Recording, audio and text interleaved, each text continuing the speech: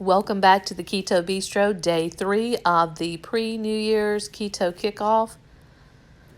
Today's menu for breakfast: spinach cheese omelet cooked in butter with Gatorade Zero. For lunch, the other pizza pepper from yesterday with cucumber slices and ranch dressing. And then for dinner in the air fryer, I grilled chicken breasts cooked with a little butter along with bacon wrapped asparagus and slaw. So let's take a look at the macros.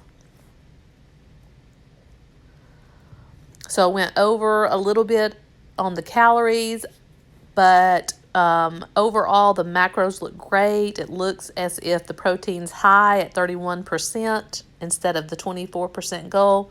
However, Monday and Tuesday, I was higher on fat, lower on protein, so I wanted to make sure I made up for that. And then net carbs, I only had 16 grams of net carbs. So overall, real happy with the macro breakdown. Thanks for watching. Don't forget to like and subscribe.